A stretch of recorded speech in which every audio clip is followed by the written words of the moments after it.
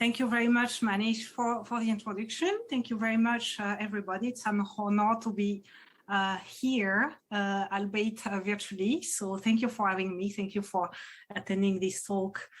So yes, I will talk about visual representations broadly construed, and that refers to what Manish was saying, like visualization, we have visual representation, creative authoring, we have visual representations as well. And so I will talk about these concepts in broad. So by visual representations, what I mean is any depiction of information that is based on visuals rather than linear and sequential verbalization or text.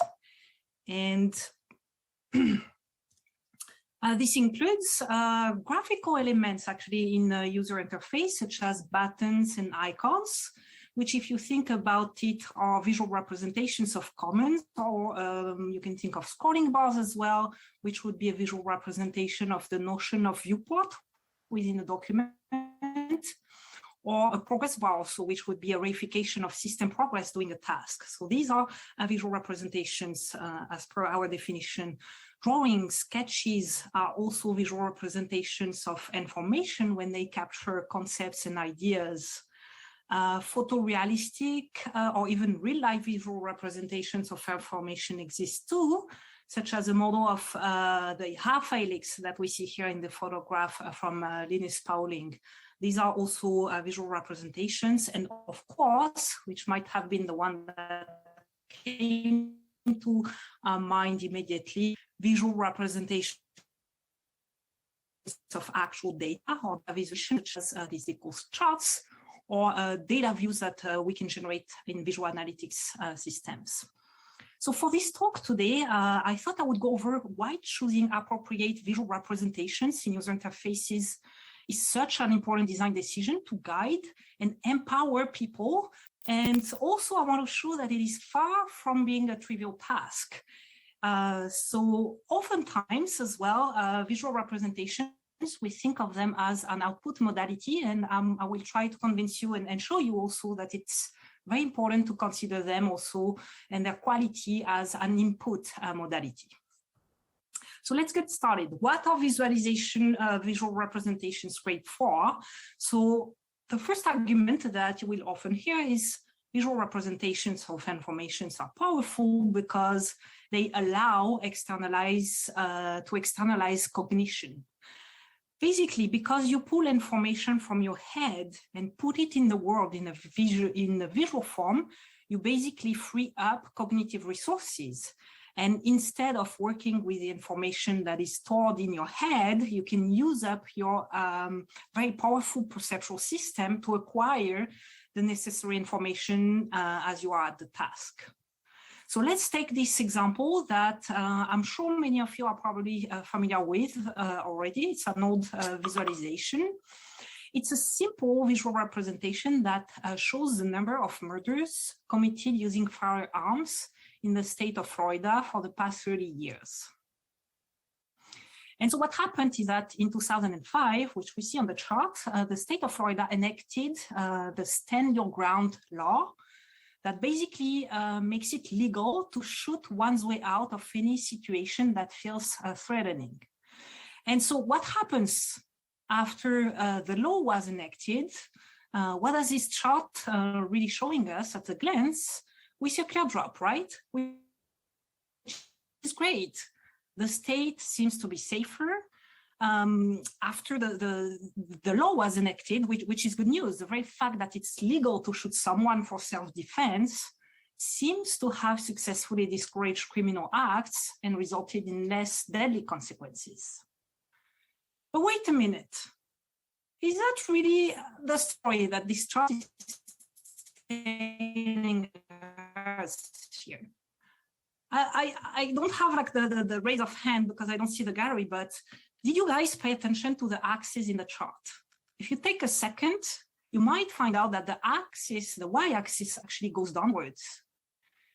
And so basically, if we turn it around this chart and put it back in a chronological order, which is a visualization that we would be more used to, this is what we get, the complete opposite story.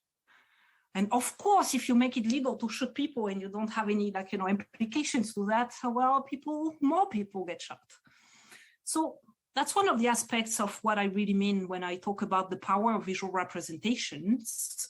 So the chart that we had before, it doesn't technically lie because you had all of the information there, but it is clearly a malicious design aimed to mislead the audience. Why? Because you're used to read this type of charts with the y-axis going upwards, and it's well too easy not to catch this subtlety here. And you made a quick snap judgment by reading a chart that you expect will respect conventions and standards.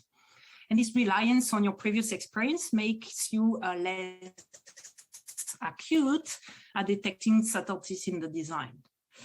And I'm sure, of course, many of you would say, I'd never designed such a chart. It's a terrible idea. Well, sure, I agree with that. Hopefully we don't. But there might be some, reasonable reasons why a chart might be designed in an unconventional way. And also, as a reader, as a viewer, do you think that, encountering such charts, you would never fall into such trap ever? So the answer is no. We would get fooled and misled because we are so used to this type of visual representation that it is very likely that many of us would overconfidently rely on the visual judgment and interpretation here. So that brings me to the first lesson, and I will share several throughout this talk. So the first lesson about visual representation, which is often under misunderstood or overlooked. Decoding visual representation is deceptively simple. It's here I showed an example that is pretty obvious with a clear violation of an established standard, but it's so big and obvious that it actually isn't. We got fooled, or at least I did. Like the first time I saw this chart, it took me a few, somebody actually telling me that the axis was the wrong way.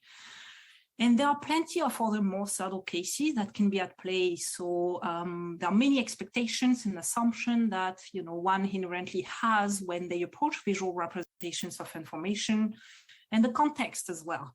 You may have beliefs and be subject to confirmatory bias or be in a particular mindset or situation that makes you more or less acute to interpret a representation for what it is.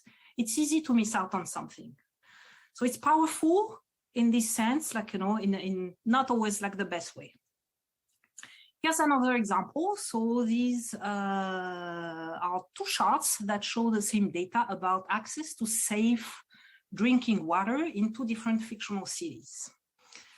So can you guess what changed here? I believe because now I have put you in the mindset of paying attention to the axis, you might have noticed that same data, but axes have changed. On the left hand, we have a truncated axis where the values start at 81%. And on the other axis, we have an axis, a y-axis that starts at 0 and goes all the way to 100%.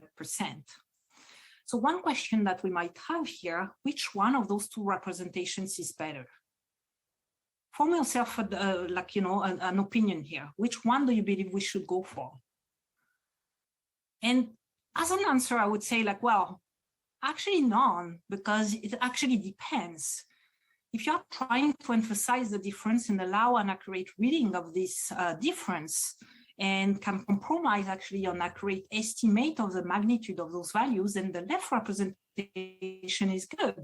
But it's often considered as being deceptive because it results in an exaggeration of the difference between the two quantities. Instead, if you are trying to show the magnitude, then the right chart is better, but that makes perception of the difference much more challenging.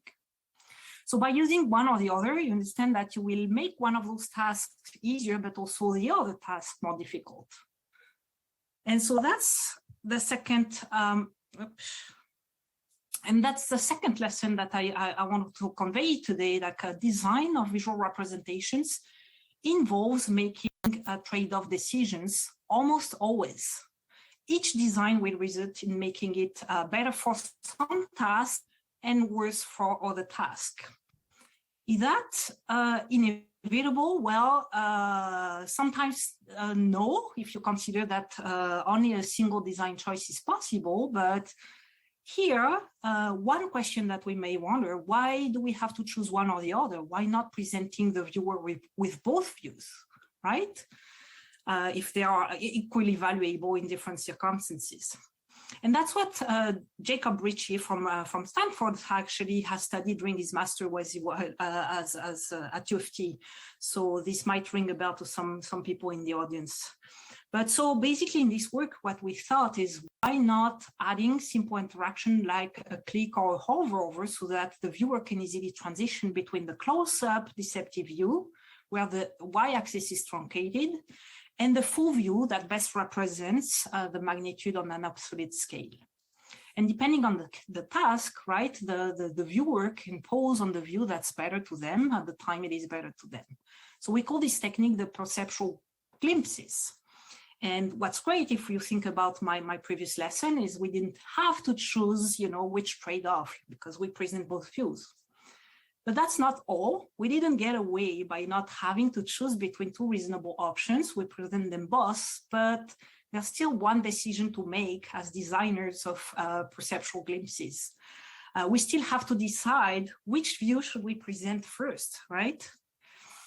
Is it better to show the global view first to give a sense of magnitude and then zoom into the details? Or is it better to show the details first and then contextualize this data by transitioning to the non-truncated views to appreciate the magnitude? So, well, open question, but informed by cognitive psychology science, we thought that showing the non-truncated view first, this one, the overview first, would help mitigate this exaggeration of the difference that the truncated view that we see now typically cause in viewers.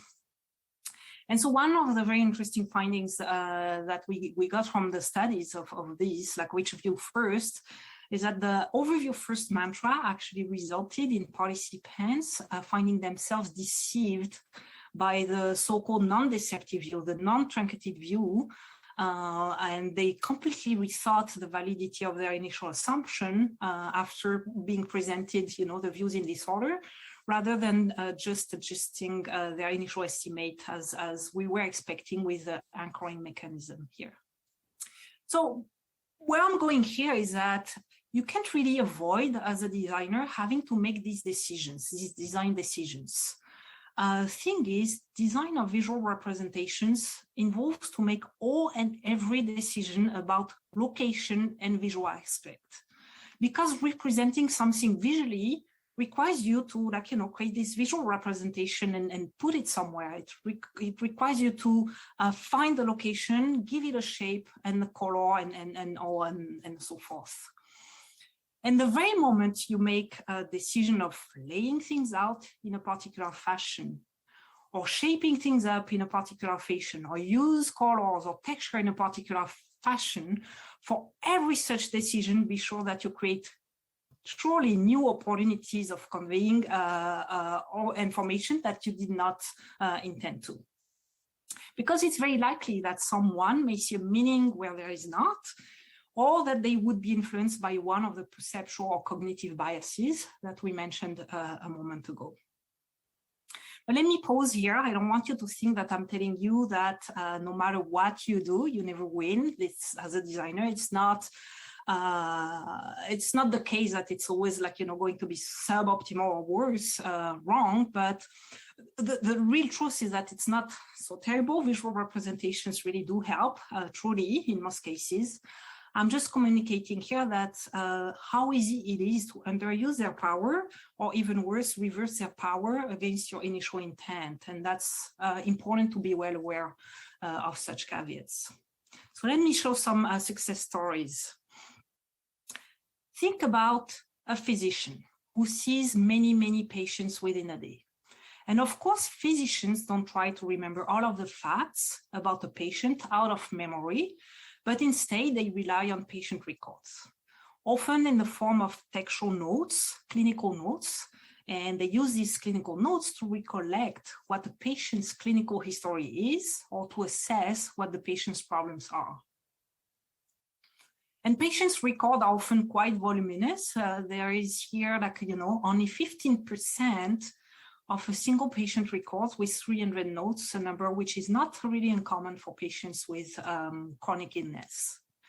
So even though the information is out there at text, it's quite difficult to go over it all and integrate all of the information it contains. Yet it is critical for the physician to get as complete and as accurate a grasp at the patient's clinical trajectory as possible to provide appropriate care, and oftentimes within a very, very constrained, time period. And this is where visual representations, more specifically visual analytics tool can greatly help. So here we have data visualizations powered by computational methods, such as natural language processing. So this tool particularly is called Doctorate. It's a visual analytics tool to support quick patient review through interactive visual exploration of those clinical notes that has been developed by Nicole Sartanim from my group. The tool is interactive and is designed such that on the left, you have a visual representation of the frequency of symptoms or medications of interest within the patient's record that has been automatically extracted from the clinical notes. So we see here cardiovascular symptoms and medications in red, those relevant to gastroenterology in purple, and so on and so forth. So these frequencies of mentions of symptoms and medications are showed over time, the oldest record at the top and the most recent one at the bottom. And we talk about visual representations of information, and you will find also in this interface elements that go beyond data charts. In the middle here, of the interface, we have that scroll bar that is in fact a visual representation of the collection of notes that is used for spatialization. We know, the viewport I was telling earlier in the talk, this is basically our scrolling bar with the cursor here. And so that gives us an indication of where we are in the collection. And it also acts as, a widget with which we can interact to navigate within the collection. And all of these together make for a powerful interface for visual exploration of data extracted from these documents, and further filtered and queried by the physicians through interactions with various widgets and data views themselves. So the visualizations, the physicians, we evaluate this tool with, often found more patient problems more quickly and more accurately than when using the textual notes only. So this is showing the power of visual representations in action together with interaction as well. But I brought up this project specifically because related to our earlier discussion, perhaps some of you are telling yourselves, well, perhaps, Fanny, we could improve this visualization on the left. Why might you think that? Because that's actually strange to represent time from top to bottom. We usually have timelines going from left to right, right? So here, a horizontal timeline will perhaps be more natural for this particular visualization because of standards and conventions and expectations, as I was referring to earlier. But there we are. This visualization, this visual representation is part of a larger graphical ecosystem here. We have the notes on the right, and because we have them because it's important to the physicians to have access to this data. And these are presented in a traditional document view for comfort of reading when needed. And we have this view on the right, and this view imposes linear textual records that goes, from top to bottom. The chronological, order is as such, right? And because of this, it is relevant to map out the chronological dimension of our visualization on the left to be consistent with that of the document view. And remember also the miniature scroll bar that we have in the middle, which is also itself like a reification, a materialization of time as well. So yes, the unconventional top to bottom timeline might not be optimal in terms of the expectations and the standards, but it makes sense here to prevent the cognitive load associated with reconciling a spatial mapping that is inconsistent between different views otherwise.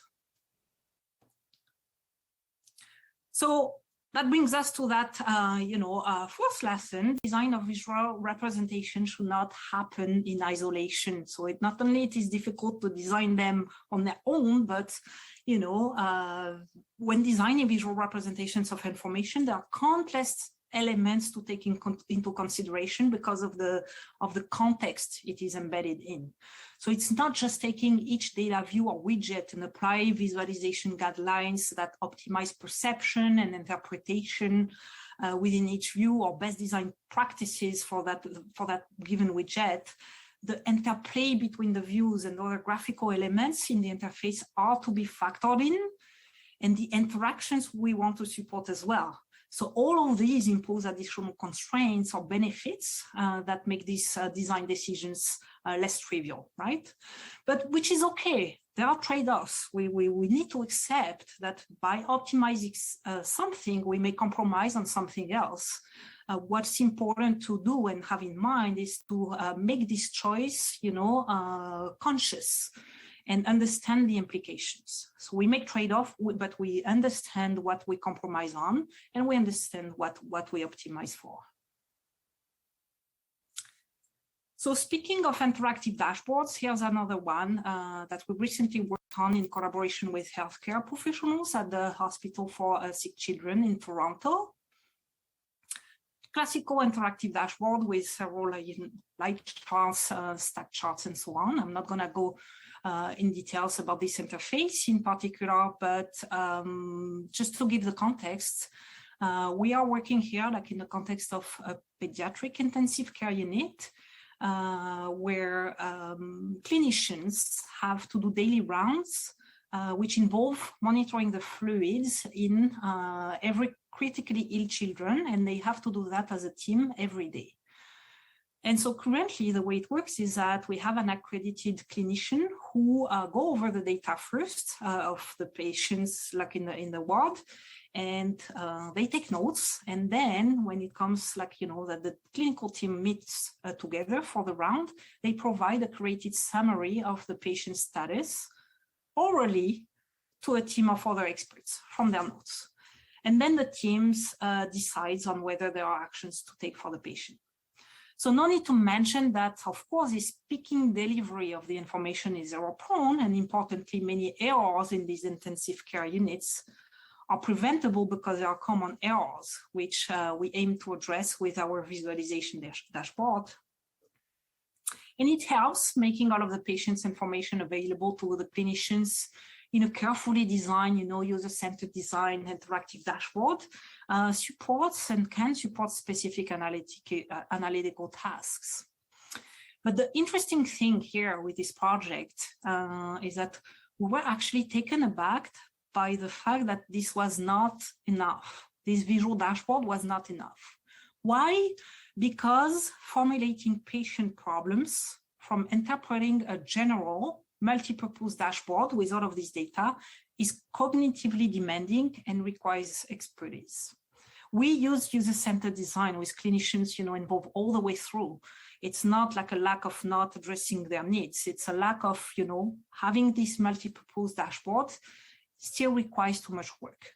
So yes, interaction allows to generate the relevant visual representations of data, but our work suggests that technology must go the extra mile in perfectly aligning with the user's information needs by providing shortcuts to the created data views that present only the most important information relevant to our clinical context here, while also simultaneously pruning all of the extraneous data, anything that is not relevant to that task.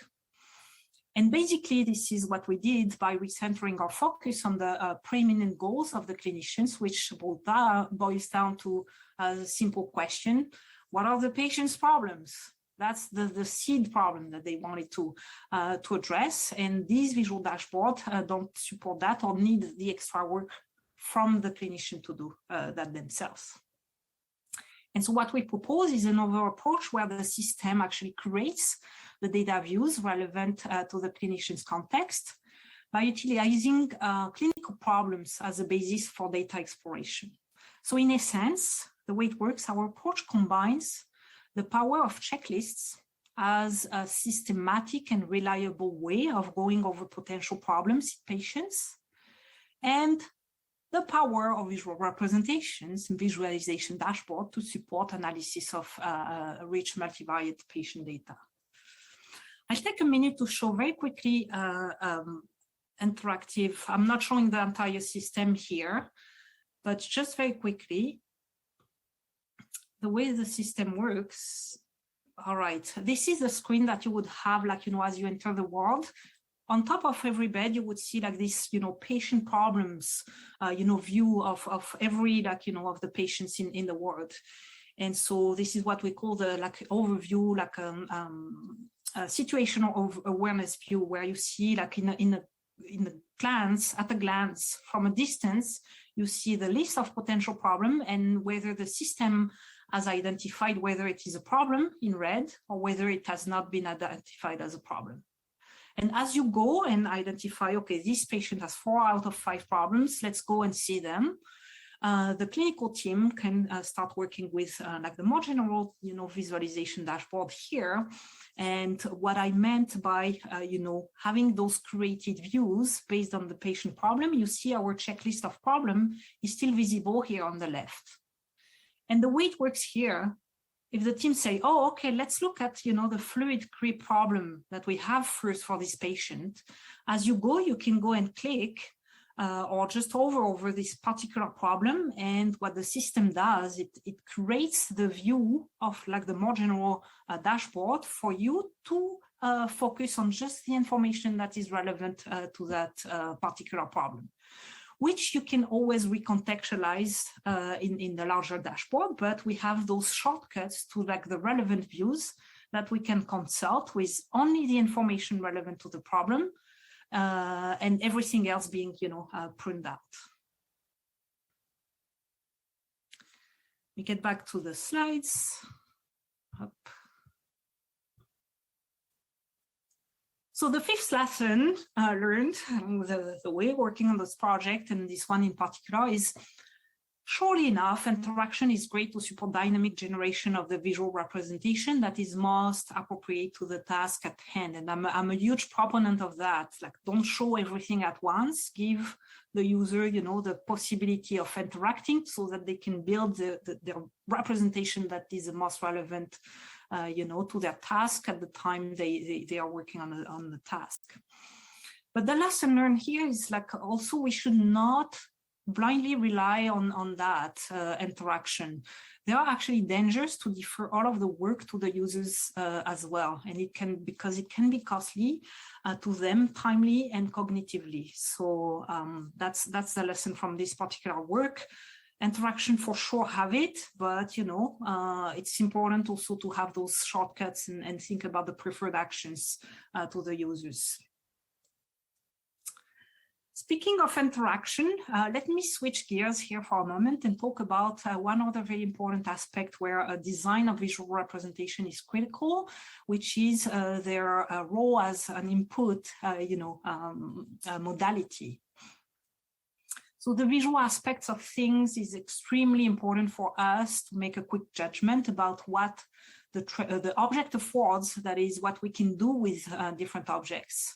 We have 2 teapots here, and what's fascinating is that immediately by looking at them, we know exactly from the shape that they can be grabbed by the handle, the top handle for one and the side handle for the other, that this can probably be, tilted to put whatever is in them, and that we can also lift, this lid that we have on the top, again, grabbing this handle. This is well understood that the shape conveys the affordances of objects. And this notion has been these visual cues have been extensively studied and borrowed for the design of graphical interfaces, notably the interactable widgets that you find in interfaces. Here we know that we have a button, written button, not because it's written button, but because the visual representation of these graphical elements affords that it's something that's popped and that we can push and click on, right? But we can go much further than that. And that's where I get back to my visual representation. Instead of having buttons and menus only with these physical, properties, we can leverage the power of visual representations and their associated affordances by doing what we call reifying abstract concepts, that is, make them visible to enable interaction. Let me explain what I mean. Here I have an example of an artist drawing on a tablet. And what's interesting here is when the artist figures out that the ear he drew doesn't have the right shape, he pulls up an underlying mesh that you see here that he can directly manipulate to distort and adjust the strokes, right? And this is what we call reifying, the act of reifying the concept here of a stretchable canvas that we see here as a visual representation in the form of a mesh that we can use for input. And that's the next lesson. Visual representations are actually very powerful when they act as a manipulable reification of concepts that are the main objects of interest that need to be interacted with to complete a certain task. So in our example, it was a shape-preserving distortion of the drawing through a stretchable canvas. Here's another example where we implemented this idea of reification of input, going beyond a spatial canvas. Here we had that crazy idea of simultaneously painting in space and time, powered by a motion flow that we have, as input for the system that we can, for instance, compute from a video. And so that's what we propose with this technique that we call direct paint. Here you can draw in space in a typical canvas, and within the same interaction, you can invoke a temporal path that is a visual representation that corresponds to the computed movement of the pixel you painted on, and drawing along this path propagates the paint through time. And so that was our original video that you might want to paint over. And through this interaction, this reification of space and time, you can create something like that in less than 5 minutes using this approach, this visual representation for input. Granted, this is not very pretty. I'm not much of an artist, but the point really lies in the interaction facilitated by that reification of the space-time dimension to support our goal of painting in space and through time. Another example where we reify space and time, perhaps more traditionally this time, that's the work from my former master's students, Vicky Birbili, who worked on that project. The use case here is personal planning. So within the day, there are many things that we're doing that involve different locations and different times. And recognizing that our lives are planned in both space and time, in this project, we sought to bridge the gap between the traditional route mapping and time scheduling tools to support a general purpose spatial temporal planning workflow. So we basically merged those two traditional reification of space and time to work in sync. So you have a map, you have a calendar, and they are synchronized. But more interestingly, we augment this by also integrating the notion of choice. This is what you see with this swipe motion that Vicky is performing on the demo. So this swipe motion that you saw here is basically interacting with that carousel of choices at this particular time in the schedule to compare all of my different options in context. And so we have actually a mechanism to support the specification of the choices. So for example, you can think of, I have a bunch of locations I need to go to between, 3 p.m. and 5 p.m. And I'd like to fit as many as possible. And then the system can compute, all of the different itineraries that are possible by trying to fit as many of those locations as possible, accounting for time, commuting time, distance, and so on and so forth. Other types of choice would be like, you have a list of different locations, but they all serve the same purpose. For example, like restaurant for lunch. And we have that other notion of, a choice, which we call the one-off. The system knows that it should pick one and only one of these options, optimizing the choices based on the rest of the schedule. But the point is, really back to our visual representation, is we have that explicit, visual representation for space, time, but also the actual choices in the form of that scroll through carousel in context. So remember, these were examples of representation as manipulable reifications of concepts to be interacted with. And what's interesting here is that these reifications are part of the system. That is, they have been designed by the system designer. So they're part of the design and we interact through them. But they don't have to be always. By that, I mean the user can actually also draw these reifications themselves. For instance, say that you want to create an animation. I bet Rubaiyat will talk more in depth about all of these dynamic representations in a few weeks. I saw it was coming up in the schedule. But yeah, this system that we actually collaborated on together, which is called Draco, we can draw the intended spatial temporal behavior of the bubble that we have here in this animation. That is, we sketch the motion trajectory.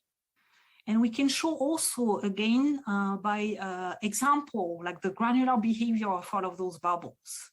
And we can also sketch the dynamic evolution of the bubbles about their, speed and size attribute as they go over time. So this is basically nothing like new, like this is a very concept of sketch-based interface. But what I'm trying to point at here is these sketches are themselves visual representations of concepts and ideas that users can author directly for input. So visualization, visual representations are output, and they are input too.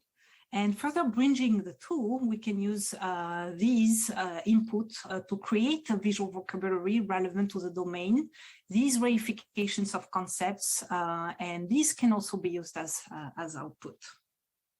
So input, output, all two purposes for visual representations. So sketching our own vocabulary has tremendous value because we can appropriate a domain with our own version of what it is like that we think is an appropriate visual representation. So looping back to visualizing data here, say that I decided to plot a day of activities relevant to exposure of germs. And so I created that particular visual design for my data.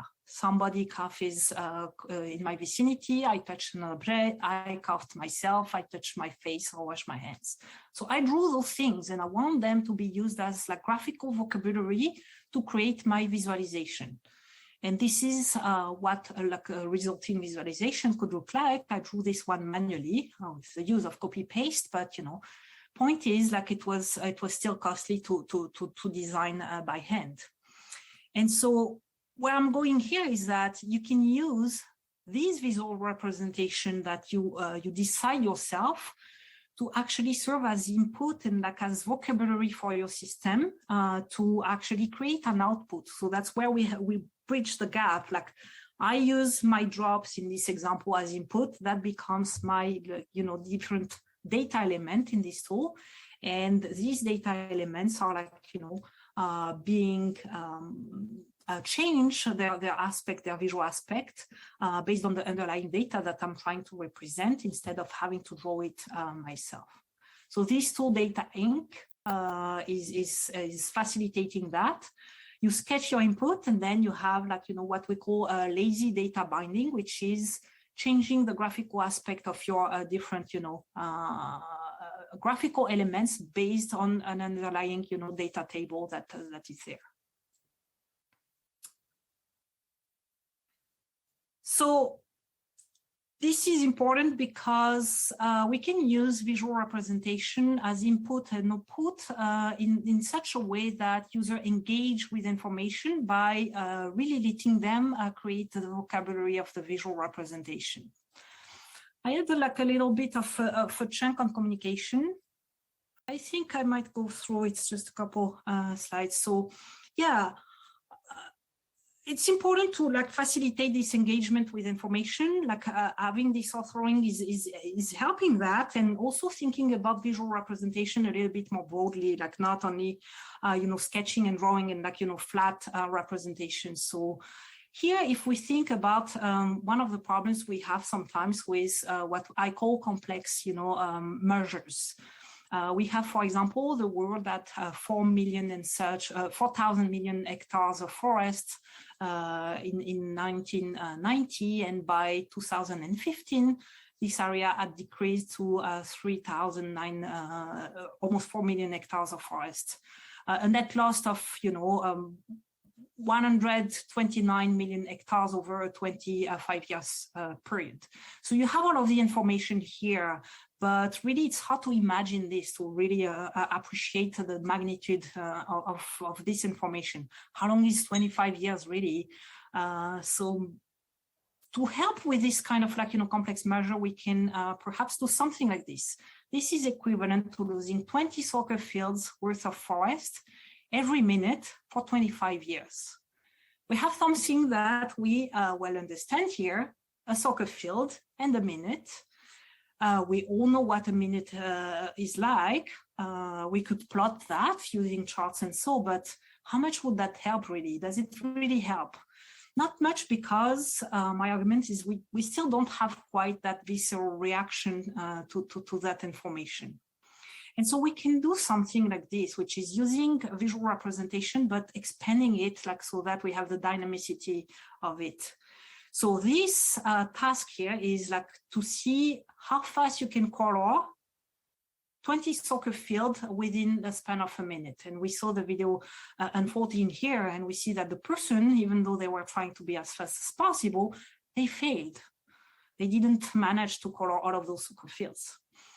But the point is, bulldozers, they don't fail. They get it every single minute. They take down the trees every single minute, worth 20 soccer fields. And so now, perhaps through this visual representation, but also its temporal, kind of dimension to it, you appreciate the true meaning of a minute in this context. And so this is an example of how you can, how I can make you experience the data, make it more relatable to you, rather than throwing numbers at you, using visual representation that rely on common, familiar objects and notions. Another example that I love to show is like, it's not because of the magnitude always that complex measures are complex. It's also because the scale is complex in the first place. So I bet everybody in the audience has drank a can of pop at least once in their life. And we might wonder, what are the nutritional facts about these particular drinks? There is actually 39 grams of sugar in a can. Should we be concerned? Is that a lot? I don't know. This is a complex scale.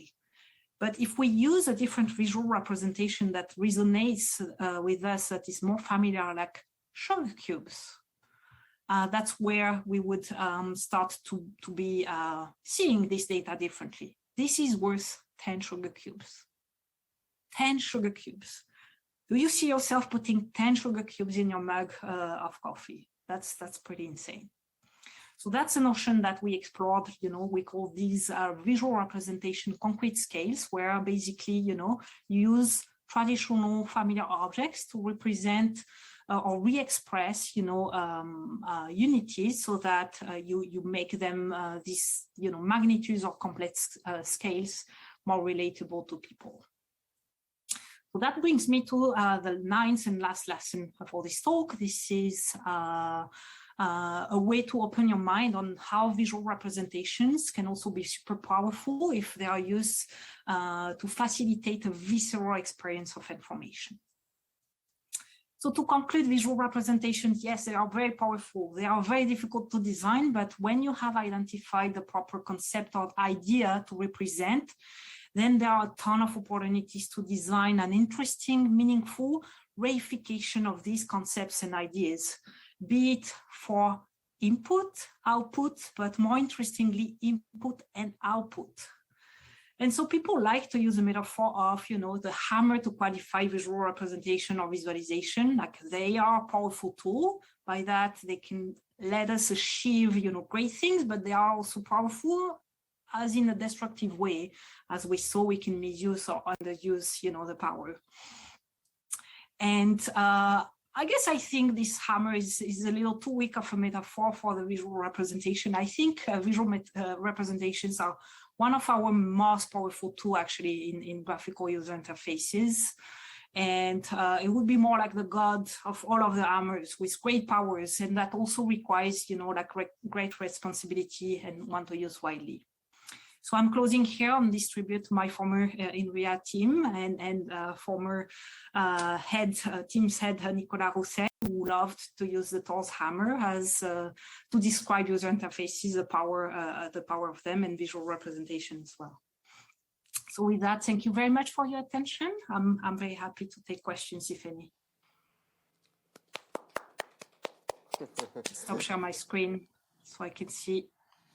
Great, thank you, Fanny. We have time for questions. Some of them may come in over Zoom, and we'll read those out to you, Fanny.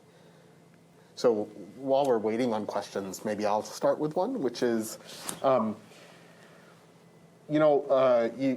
talk really mentioned lots of great visual representations and the power of those things. And one thing that I've wondered a lot about is, really good visual representations are often domain specific. And, I wonder how you think about how the domain interacts with the representation. Yeah, that's a very good question, and one that I think more and more about, especially when we think about underlying data structure. So we have to think about, first, and that's what we do as HCI researchers, trying to understand the goals, analytical goals, creative goals, whatever, tasks and goals that the users have. And these goals, and that's where I'm trying to push for that, understanding of the concepts and ideas that are at the core of those goals. If we were to talk computing solution, we would use different language. We would use specific language about, really what are the goals and how to achieve those goals without the constraints of how do we show things and so on.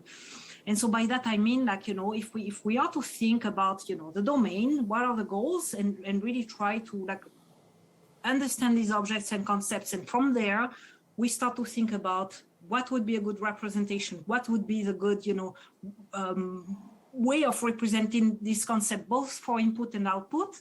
That's where we will get to create those novel or leverage the power of visual representation much better. This is what I'm trying to hint at with this space-time kind of thing. Why not using the traditional static, a horizontal, timeline? Because it's not the closest, visual representation to the concept I'm really touching at. And that's very true. It's domain specific. We can have more general, purpose tools, but they will fall back in whatever we have for the most part, because they have to in a way. But if we can be super specific about the domain and leverage all of that tacit knowledge about the domain, for these representation and interaction, that's where I think we can do very, very, very powerful things. Great, thank you.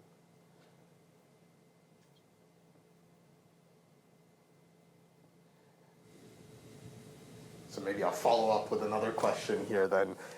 Sure. So, another very powerful representation is language and text. And so I'm curious how you think language and text in particular kind of fits into all of this. That's an interesting question. So text, really, we cannot do without. And that's something that actually the title of the paper, that I showed first, like the healthcare medical, visual dashboard. The actual title of this paper is "More Text, Please," because we've been there's been a lot of pushing for let's make everything visual, let's summarize everything, let's have all of this NLP kind of things doing all of the work and summarize everything for us. But that's true that it doesn't work as well, and there's a strong demand for keeping all of the raw data and text data, because not only because the automated methods are not super perfect, but there are plenty of subtleties in the text, in the way that people captured nuances in the patient record, in our case, that it's very difficult to maintain whenever we try to translate that in the visualization. So instead, yeah, I think there's a lot of, and I see more and more work going in that direction, trying to really have them be combined. So visualization is useful to make sense of that informational space that our textual document or collection of documents might be, and it's used to summarize, get the big picture, but also navigate. And so they need to work in par. So yeah, absolutely, text cannot be removed, I think, cannot always be fully summarized. And I think they have they need an equal place. And at least that's what we found, in this particular project, More Text Please, because it's too optimistic to believe that the visualization will capture all of the nuances in there. Does it answer your question? Yeah, it does. I'll just follow up briefly because I think there's some other questions as well. But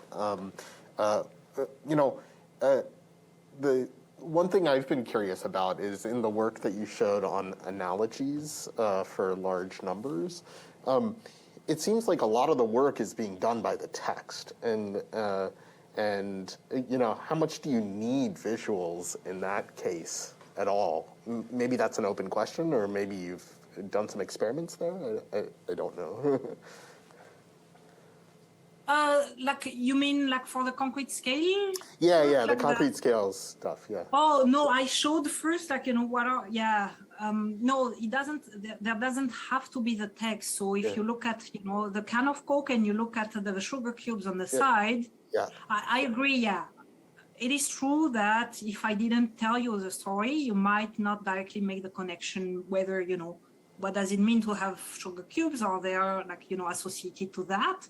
And that's one of the arguments that actually Alberto Cairo makes a lot about visualization. A picture is worth 1,000 words. You combat that ideal by saying, no, we need explanations in visualization to interpret them. So yes, there's still a need sometimes, oftentimes, to have these little, explanations, annotations, and to be able to decode correctly the visualization. But back to what I was saying at the beginning, you may miss out on some of those, or you might be biased also by some of those. I haven't conducted experiments myself about the text plus viz. I'm doing some of this work actually as of right now, of investigating different ways of framing, the text and the visualization, which Jessica Harman has done also. But yeah, it showed that text can have an influence absolutely on the way you interpret the visualization. Yeah, thank you. Questions from the audience? Yes, I see Elizabeth. Hello. I was wondering if you could you actually talked a little bit about it by the question that he just asked, but touch on how when you create a visualization, you aren't really just showing the data, but you're also suggesting an interpretation of the data just by how you arrange it through the visualization. Which you touched a little bit when you showed the different axes, but also in terms of showing how there's an increase, depending on how you choose to organize it. You can either say there's an increase, you can say there's not an increase, and you can also say there's a decrease depending on what data that you have.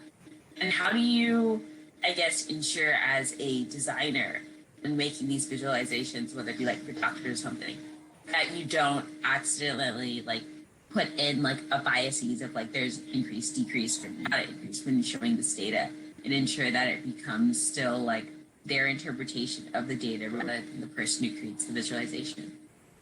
So sorry, the sound was a little bit noisy. To reformulate the question, I think you refer to the work where we do create like with a checklist, and we show. Yeah. Well, I was referring to that, but in general, more like for example. Yeah. But if I caught it correctly, it's like, whenever we create that or we identify there might be a problem and that we create this visualization, how do we make sure that we do not bias in a certain way? Is that correct, the question? Yes. Okay. Yeah, no, you're absolutely right. Those checklists are not completely bulletproof. The rules actually that are behind them, they are based on textbooks, like, rules, but God knows how many, exceptions to the rules there are because of the context, because of, something that is normal, like maybe some, clinical, in that particular case, clinical, status hasn't evolved and is still like, you have exceeding value along an axis or so on, but it's normal because it takes time for the thing to resolve. So you don't want to label the problem over and over again. You know that it is there to stay at least for a few days or something.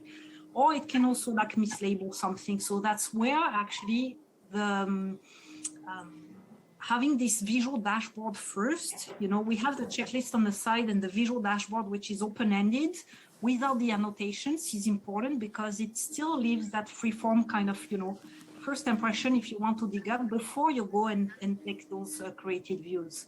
So we believe it's like it can act as a powerful kind of mitigation strategy because you still are free to look at whatever hypothesis you have, because you don't show only the created views, but you show this general purpose dashboard. Now we haven't explicitly evaluated that and quantified or characterized that. But that's a very good question. Yeah, there are limitations to like having a list that might feel like too prescriptive and bias you in certain ways. That's for sure. Thank you. One last question. Oh, okay. Maybe it was asked already. All right. Yeah. So, we're at the end of the hour. So thank you, Fanny, again for the great presentation, and hopefully we'll be able to see you here in California sometime soon. My pleasure. Yeah, I can't wait for the next opportunity to come down and I wish I was there in person to see everybody. But yeah, so it is. But it was still very much of a pleasure. Thank you very much again for the invitation and for being here. Thank you. All right.